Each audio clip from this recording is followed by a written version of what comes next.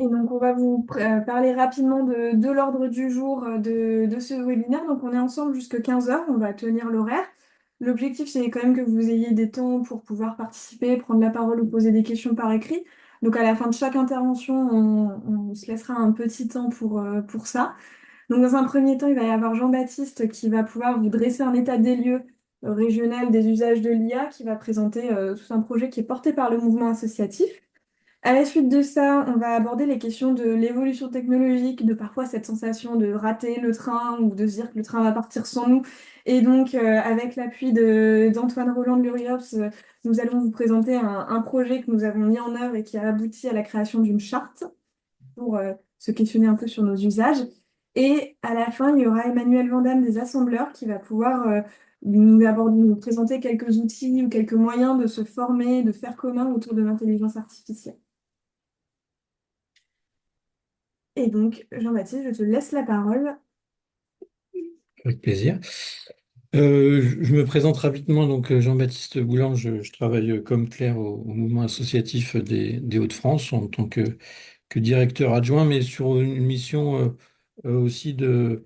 Voilà, je porte un projet numérique depuis quelques années, en tout cas les projets numériques de l'association depuis quelques années. On est intervenu dans un premier temps sur un projet qui s'appelait Numérisasso, où il s'agissait de travailler aux questions de transition numérique des associations, mais via un réseau spécifique, le réseau Guidasso dans les Hauts-de-France, où il s'est agi en fait de renforcer les compétences des acteurs de ce réseau, Guidasso, qui travaille à l'accompagnement des associations sur les territoires, donc de renforcer ces acteurs-là sur les questions du numérique, par notamment des actions de formation, ou alors de renforcer aussi des apports en matériel, des apports concrets, d'ordinateurs, de matériel de visioconférence qu'on a pu faire pendant 4 années.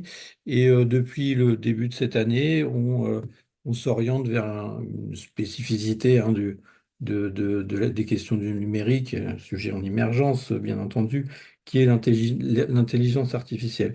Alors, plutôt que dresser un état des lieux régional des usages de l'IA par les assos, je vais plutôt vous parler du début du projet de la première phase d'enquête qui va nous amener à pouvoir dresser un état des lieux régional des usages de l'IA dans les associations.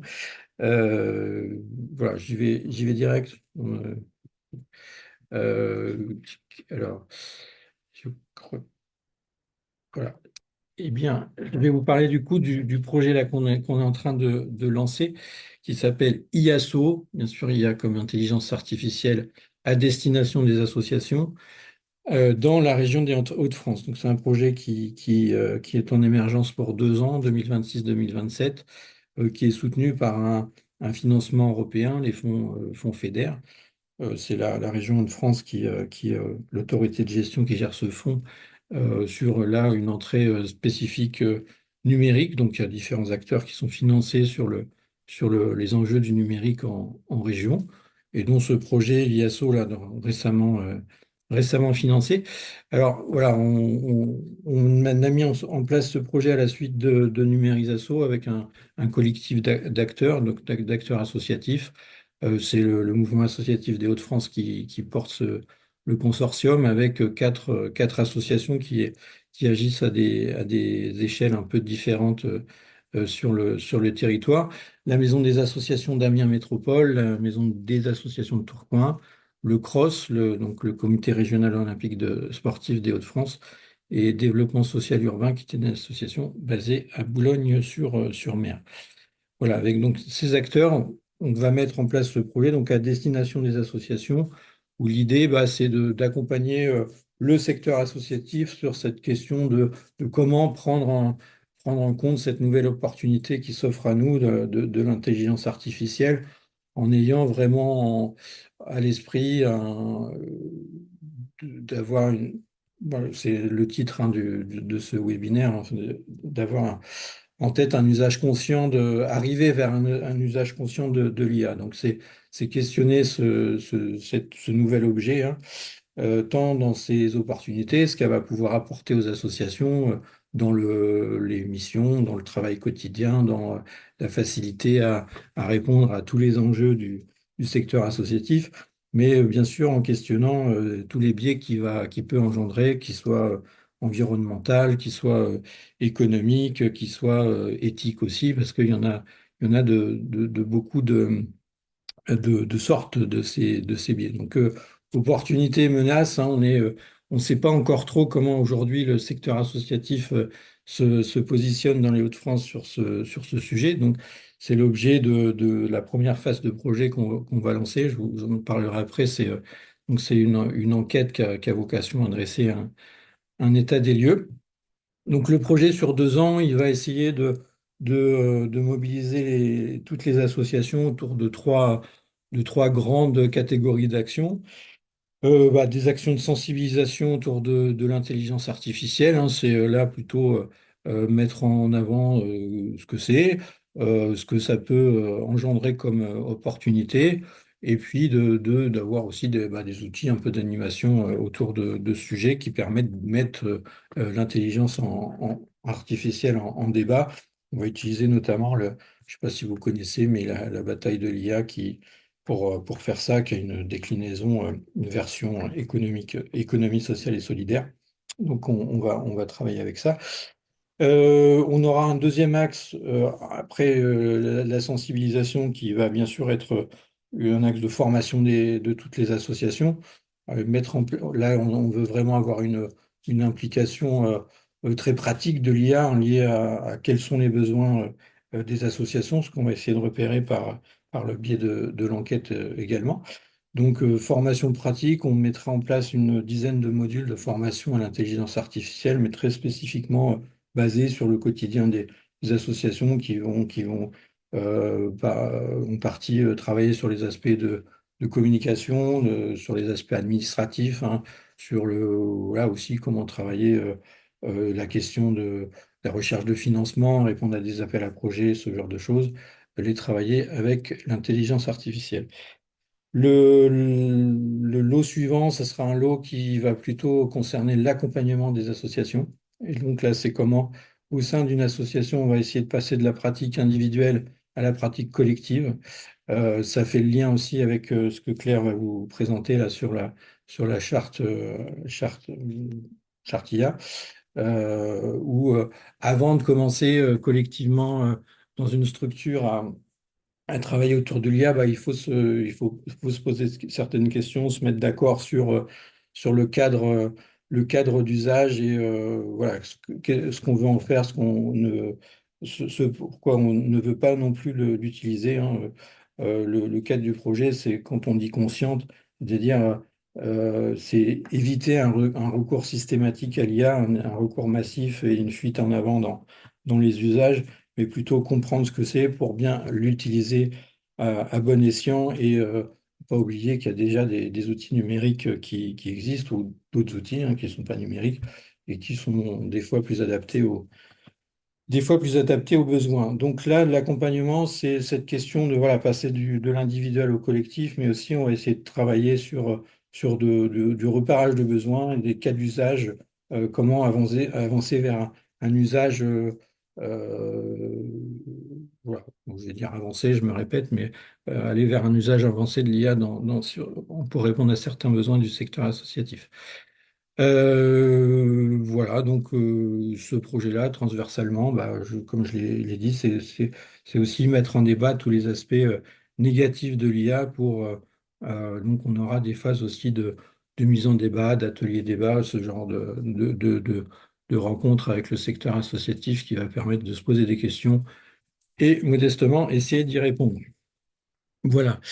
Tac, je vais à l'envers. Donc, les grandes étapes du projet, bon, c'est un peu ce que vous disais, hein. Donc, là, on est vraiment dans le début du projet.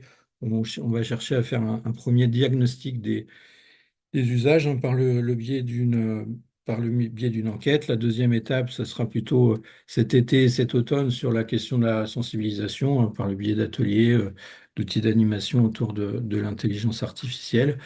Puis on passera à l'étape formation, quand on aura aussi bien évalué les besoins et finalisé notre catalogue de formations pour les proposer cet automne et cet hiver, donc début de l'année 2000, fin de l'année 2026, début de l'année 2027. Ensuite, on pourra travailler. Bon, tout ça, ça va pas se faire vraiment les uns après les autres, hein. Il y aura des phases qui vont s'entremêler. On commencera la phase plutôt d'accompagnement des associations, comme je l'ai présenté tout à l'heure. Tout le projet va s'accompagner aussi de mise en place de guides un peu thématiques. On veut questionner des aspects comme l'impact économique de l'IA sur les associations. On veut questionner des aspects aussi, l'impact sur le travail quotidien, sur les missions que portent les assos. Est-ce que ça change quelque chose? Et pour ça, voilà, il y aura l'idée de publier, d'éditer des guides, des documents ressources, voilà, mais aussi, après une phase d'enquête, on va lancer une phase plutôt d'évaluation du projet en questionnant l'impact que peut avoir qu'on va pouvoir mesurer en fait sur la durée du projet, hein, qui est assez limitée, mais on va ambitionner ça, d'essayer de mesurer l'impact de l'IA sur le secteur associatif dans les Hauts-de-France. Donc on aura une plage assez réduite pour le faire, hein, 1 an et demi à peu près de projet, mais c'est une des ambitions. Voilà, et puis on finira ce projet, bien sûr, comme c'est un projet européen, par un séminaire en bonne et due forme à la fin de l'année 2027. Euh, voilà, pour commencer ce projet, bah, on essaie de mettre en place une grande enquête sur la place de l'intelligence artificielle pour le secteur associatif dans les Hauts-de-France. Alors, c'est réservé, désolé, aux acteurs des Hauts-de-France. La liste des inscriptions, on a vu qu'il y avait des acteurs en dehors de la région. Vous êtes bienvenus à ce webinaire, bien sûr, mais l'enquête va se limiter au champ restreint de la région Hauts-de-France, qui est déjà pas mal, et ce jusqu'à la fin du mois de mai. Peut-être je vais vous mettre le lien pour répondre à l'enquête dans le chat. Voilà ce que j'ai fait. Ça sera peut-être plus facile que ce que vous avez affiché à l'écran. Notre but, bah, c'est de recueillir un maximum de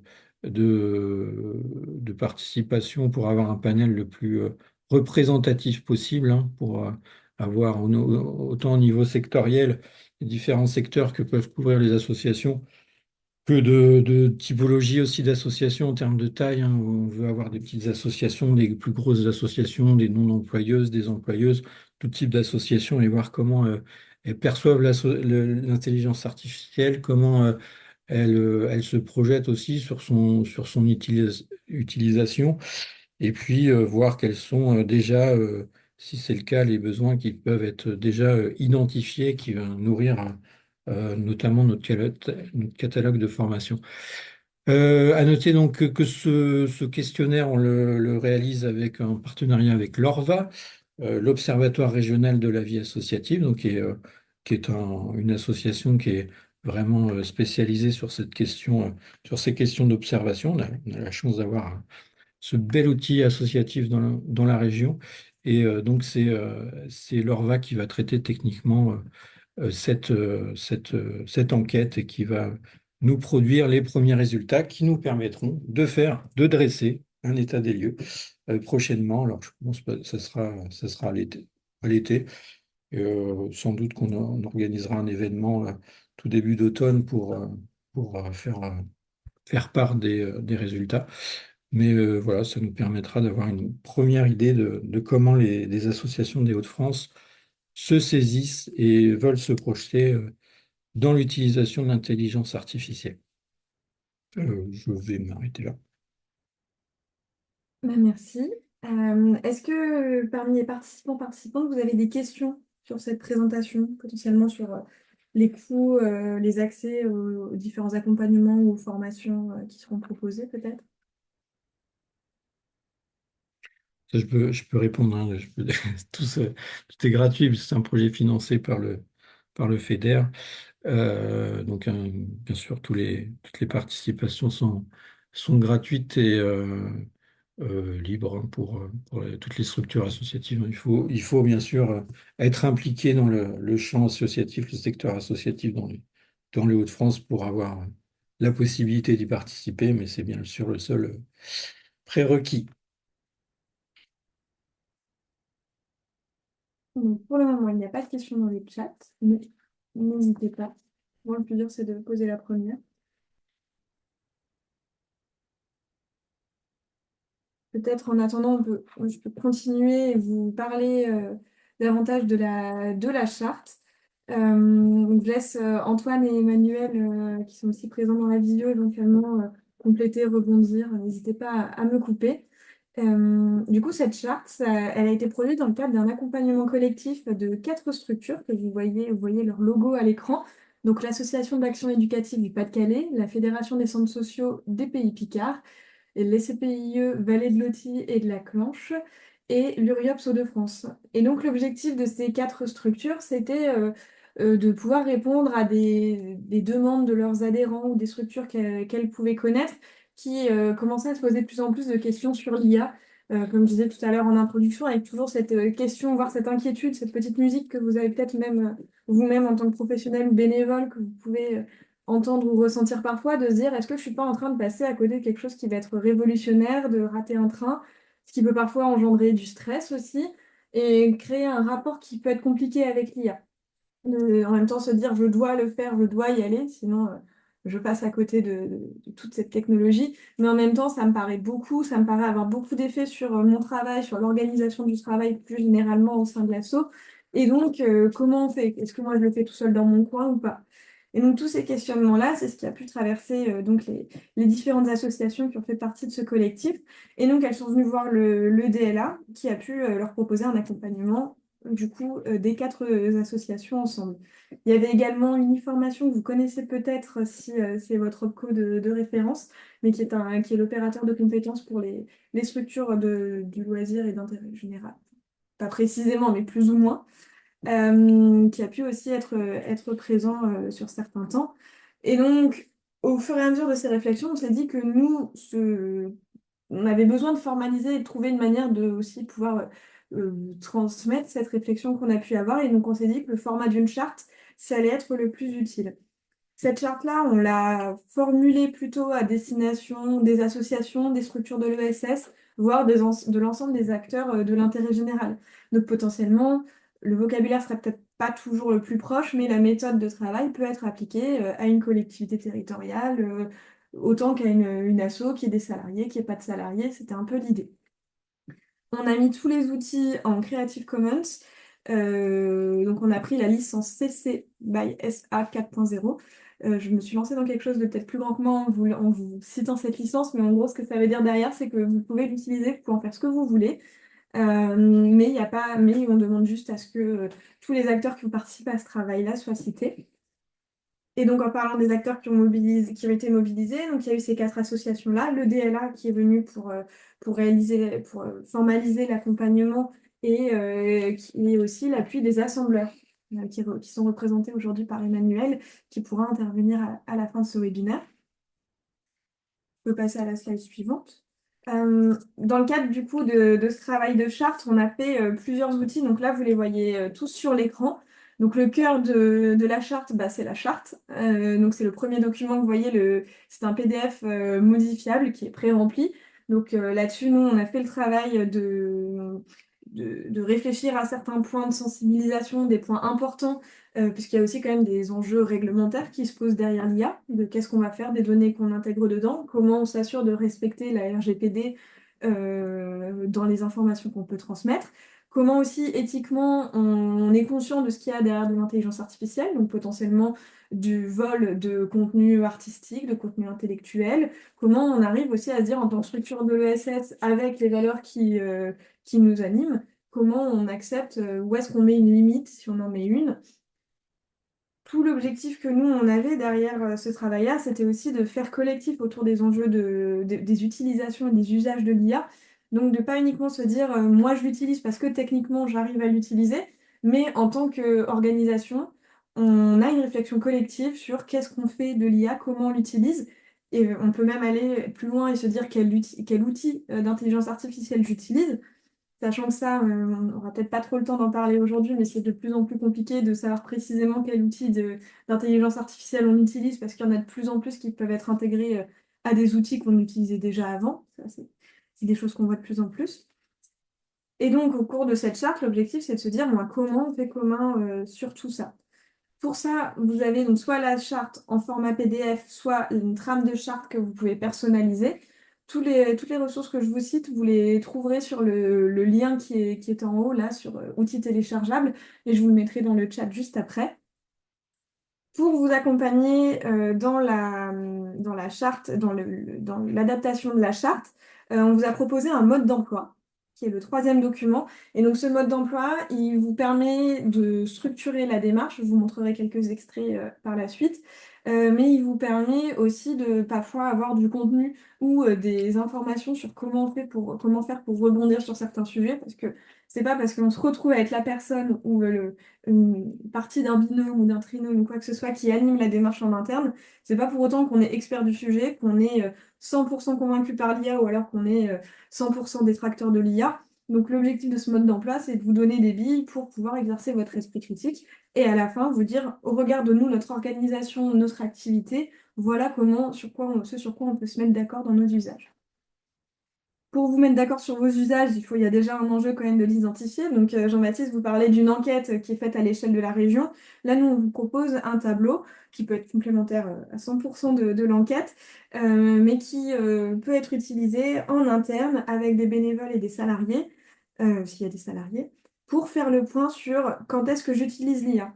Pour nous, c'est important de démarrer par ce point-là parce que globalement, l'intelligence artificielle, elle ne va pas être utilisée de la même manière par tout le monde. Elle ne va pas être utilisée à la même étape de réflexion. Parfois, ça va être de ce qu'on va appeler plutôt de l'idéation. Donc, c'est-à-dire, j'ai un sujet, il faut que je le traite, j'ai pas d'idée sur comment commencer à le traiter. Donc, ma première base de réflexion de travail, ça va être de faire une requête dans un outil d'intelligence artificielle.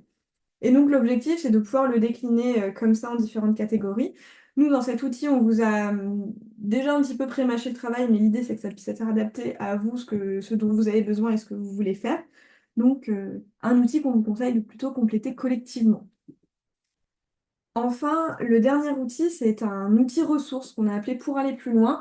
Donc, il est complémentaire aussi du mode d'emploi qui vous donne quelques apports. Mais là, pour aller plus loin, en fait, ça va être quand même potentiellement des rapports, ça va être des outils qui vont être présentés. L'idée, c'est de pouvoir creuser davantage le sujet. Et donc ça, c'est le dernier, ressource pour aller plus loin. Forcément, on le mettra un petit peu plus à jour. Si tu peux passer. Donc là, c'est un extrait de la charte qui venait un peu reposer certains enjeux. Là, il y a la notion de shadow IA qui ressort, que j'ai un peu présentée sans vraiment la nommer. Donc la shadow IA, c'est vraiment le fait d'utiliser de manière professionnelle ou dans une association de manière bénévole, dans un cadre bénévole, l'intelligence artificielle sans avoir de base commune, de se dire bah, sur quoi on est d'accord, etc. Tout ce que je vous disais tout à l'heure. Là, c'est la structure de la charte, donc elle fait 4 pages, hein. Là, les pages 7 à 14, c'est un extrait du mode d'emploi.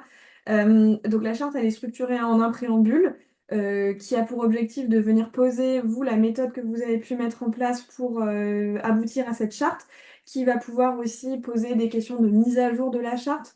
On s'est dit que c'était très intéressant de faire une charte pour faire une charte. Parfois, c'est un exercice qu'on peut beaucoup reproduire dans le secteur associatif mais que derrière, juste faire un papier et à la fin se dire c'est bon, on l'a fait, regardez, je l'ai noté là, ça va pas beaucoup plus loin.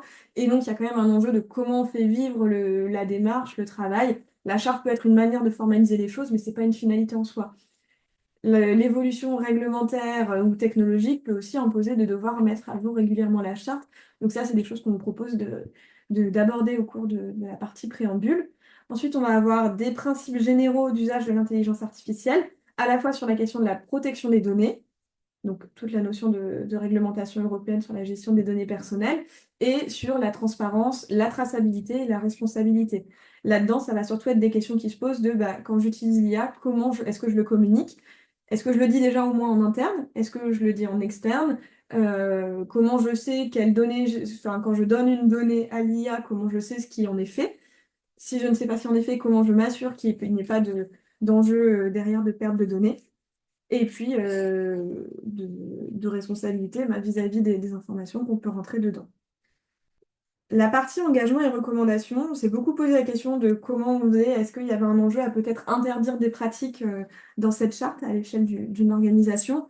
On s'est dit que c'était peut-être pas, il y avait des pratiques qui devaient être interdites parce que proscrites par la loi, mais que derrière, il y avait quand même un enjeu aussi d'organisation du travail qui devait se poser plus largement et que poser des interdictions pouvait être compliqué, tout comme poser une obligation d'utilisation de l'IA peut être compliqué et nous, ce serait pas a priori ce qu'on recommanderait.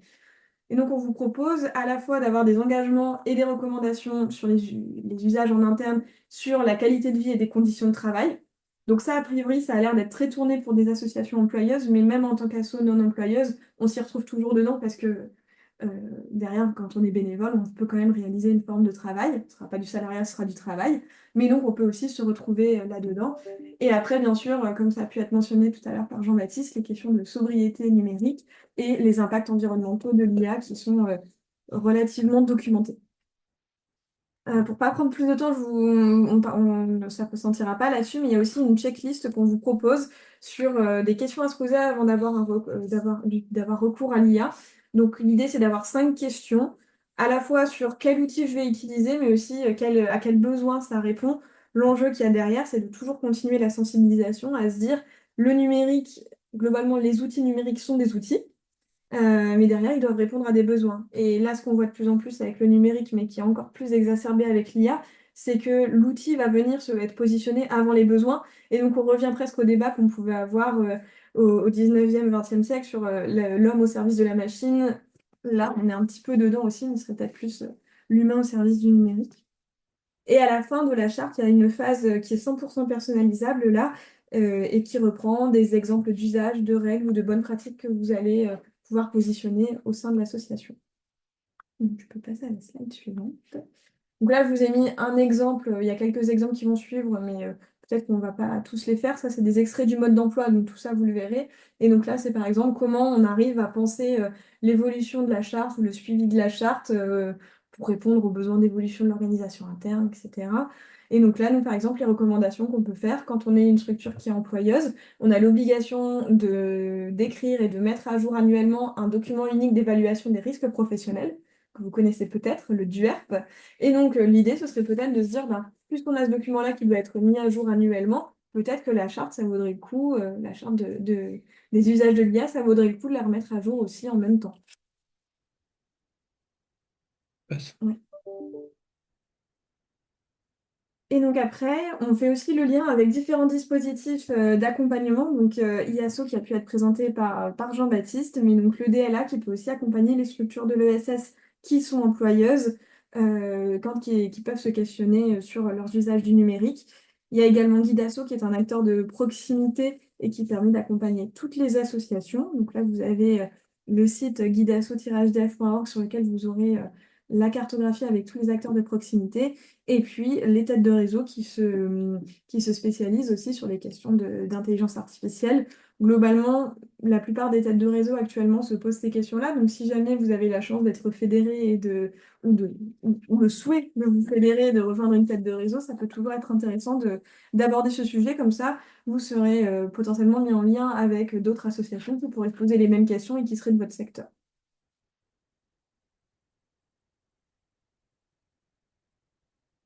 Voilà pour moi. Je ne sais pas si Antoine ou Emmanuel, vous souhaitiez rajouter des choses sur cette présentation ou peut-être aussi des retours d'expérience. Moi, je veux bien prendre la parole, Claire, comme tu nous la donnes. Déjà, le travail qui a été réalisé sur les 3-4 mois qu'on a passé ensemble était vraiment très intéressant. La démarche animée par les assembleurs était plutôt pertinente. Ça nous a permis de tous nous mettre un peu au même niveau en partageant nos pratiques, ce que l'on a pu réaliser ou non dans nos structures. Donc, on a vraiment pu beaucoup échanger à travers différents temps. Mais le plus important, et ça a été le fil conducteur de tout ce travail, c'était le fait de créer cette charte pour respecter au mieux les valeurs associatives. Et c'est ce qui a été mis en avant notamment dans le titre, avec trois mots un peu clés, hein, le mot éthique. Donc on n'est pas dans quelque chose de gravé dans le marbre, mais qu'on est dans une démarche de réflexion en continu.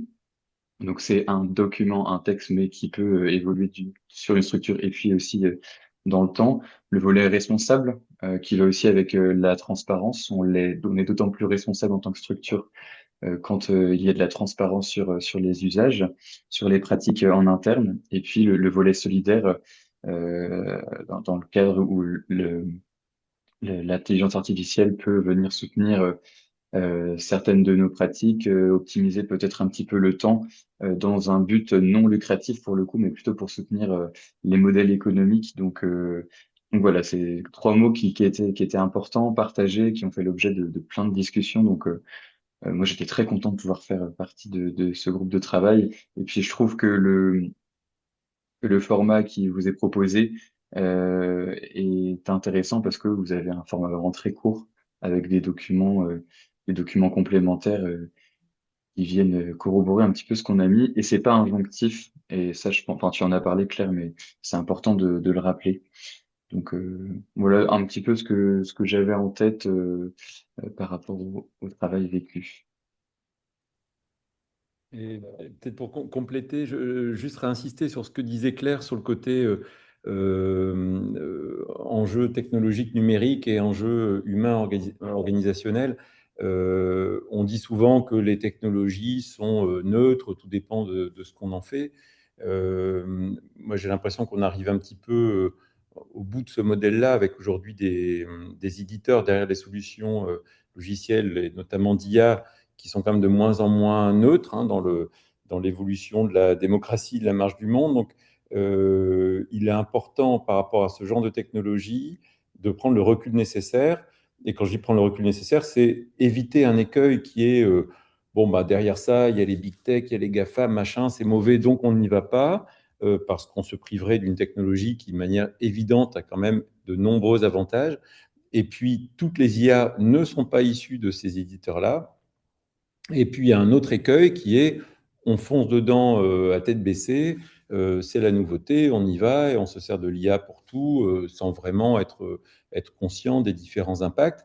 On parle souvent de l'impact environnemental qui est celui qui a été le plus, enfin, qui est souvent, je pense, le plus mis en avant.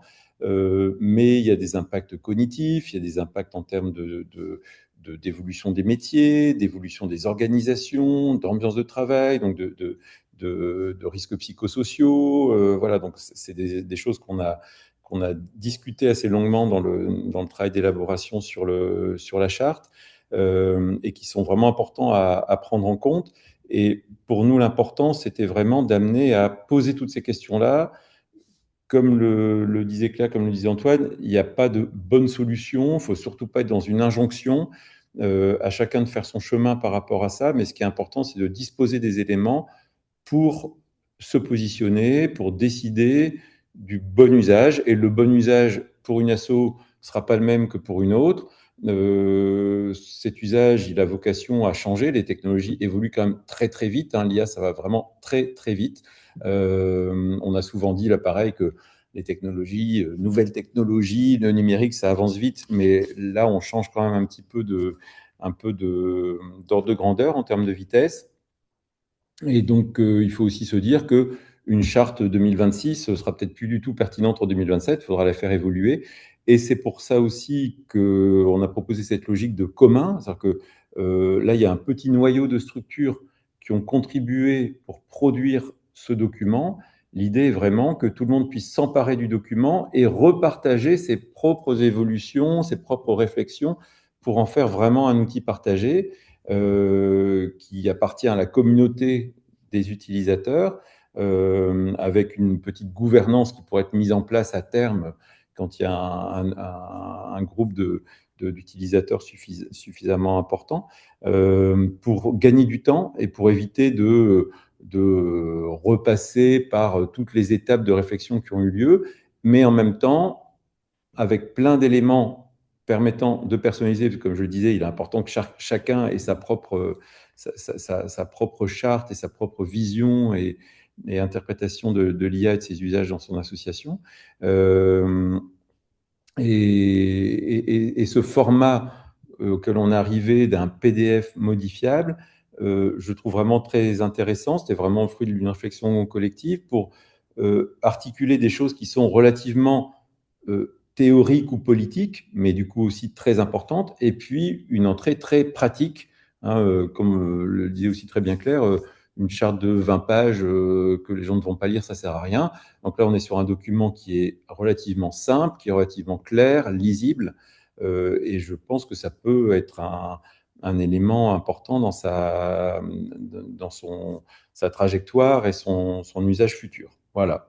Et peut-être juste pour signaler aussi que nous, sur cette base-là, aux assembleurs, donc pour ceux qui ne nous connaissent pas, nous, on travaille initialement dans le domaine de l'inclusion numérique, de la médiation numérique, donc de faciliter l'appropriation du numérique, notamment pour les publics les plus éloignés. Mais depuis 2-3 ans, on étend aussi notre action sur ces questions de numérique responsable, éthique, et voilà, le numérique qu'on souhaite avoir dans nos structures et sur notre territoire. Et donc, on a pris à bras-le-corps cette question de l'IA et on propose un petit format comme ça qu'on a appelé Cap sur l'IA, de sensibilisation, réflexion, personnalisation de la charte qui peut être très complémentaire à ce qui est proposé dans le projet IASO, ODLA. Enfin voilà, ça fait partie de la panoplie de solutions qui peuvent être mises en œuvre avec aussi plein d'autres acteurs numériques de l'ESS, comme l'Église 21, des opérateurs comme ceux-là, qui peuvent aussi accompagner les acteurs sur ce sujet. Voilà. Et tant qu'aussi à renvoyer la balle vers d'autres acteurs, il y a aussi le SOGA, Social Good Accelerator, qui est une structure plutôt d'ampleur nationale, mais qui est basée à Lille, qui a mené un petit projet Erasmus+, de café IA asso. Donc, café IA, c'est encore un autre format. On parlait tout à l'heure de bataille de l'IA. Bon, différents formats comme ça qui permettent de mettre en débat l'IA et qui va organiser un café IA asso au mois de juin. Donc, si vous cherchez les informations, bah, merci d'avoir envoyé le lien. Ça peut être aussi, c'est un temps complètement gratuit pour découvrir le format Café IA et s'acculturer au sujet. Voilà.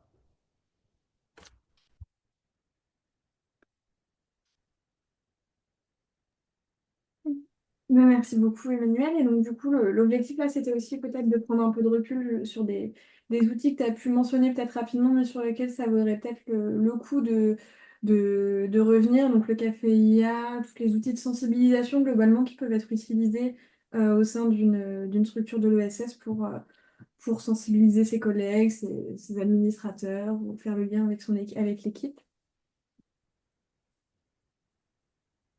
Est-ce que tu peux nous parler un petit peu plus des cafés IA? Alors, les cafés IA, c'est un dispositif qui a été imaginé initialement par le Conseil national du numérique, qui s'appelle maintenant le Conseil national de l'IA et du numérique.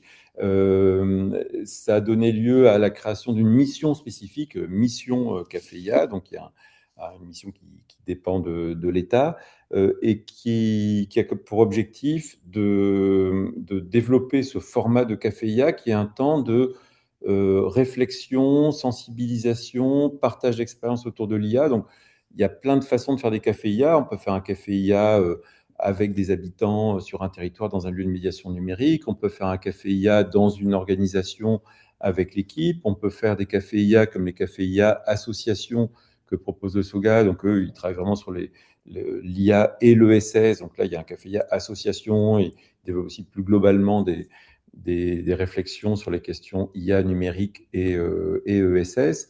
Il y a un outil de support au café IA qu'on a produit, nous, les assembleurs, pour cette mission café IA qui s'appelle la mallette IA. Je vais envoyer le lien, là, c'est partagé sur les bases du numérique d'intérêt général, un site géré par la NCT, qui est un petit outil d'animation.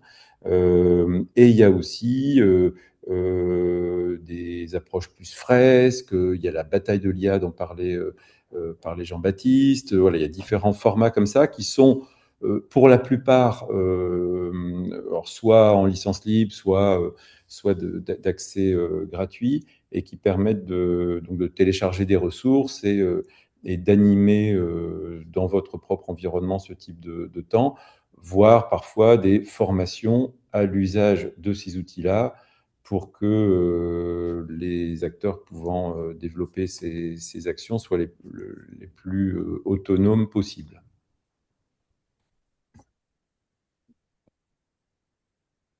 Merci beaucoup. Dans le chat, il y avait une question de Pauline des centres sociaux du Calaisis qui demandait si les temps de formation et d'animation seront un peu dispersés sur le territoire.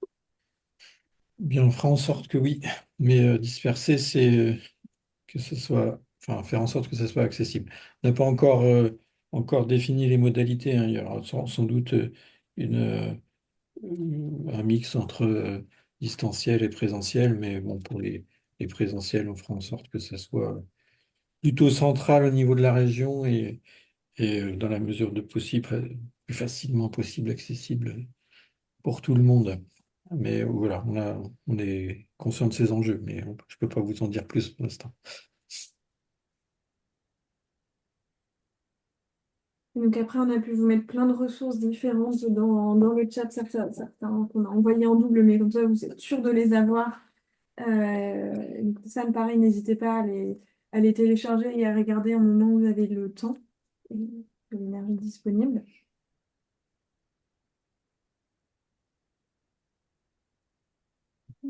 Est-ce qu'il y a quelqu'un qui souhaiterait poser une question à l'oral ou peut-être prendre la parole pour, suite à tout ce qui a pu être présenté?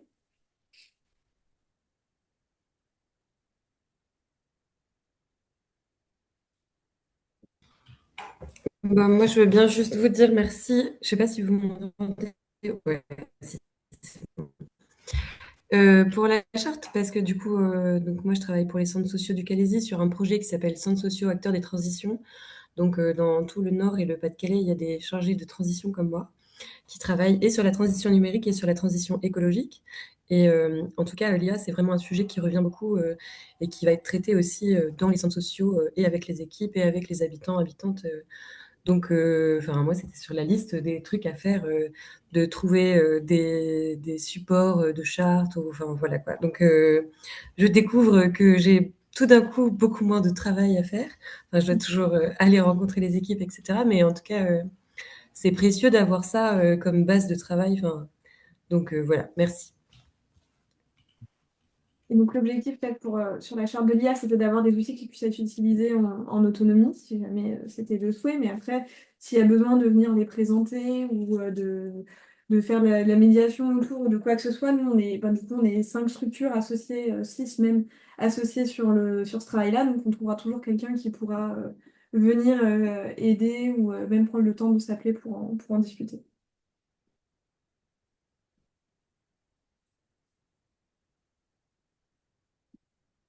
Ben, merci beaucoup. Mais s'il n'y a pas plus de questions, c'était donné jusqu'à 15 heures, on ne va pas rester pour rester. On vous remercie pour votre participation. On va vous envoyer tout de suite après le support de présentation qui a été utilisé. Et puis, si jamais ça vous intéresse, on va publier le webinaire sur YouTube si jamais vous voulez aussi le partager à d'autres personnes de vos structures ou des personnes que ça pourrait intéresser. Voilà. N'hésitez pas à diffuser largement le lien pour l'enquête, puis il y aura de réponses, mais ce sera pour nous, notamment dans la diversité des répondants, bénévoles, salariés, dirigeants associatifs. On attend le maximum de diversité et de réponses possibles. Et ben, merci également. Merci à tout le monde d'avoir participé. Et on mettra les liens aussi des outils qui ont été mis dans le chat. Et bien, bonne fin de journée. Merci, bonne fin de journée. Merci, au revoir. Au revoir.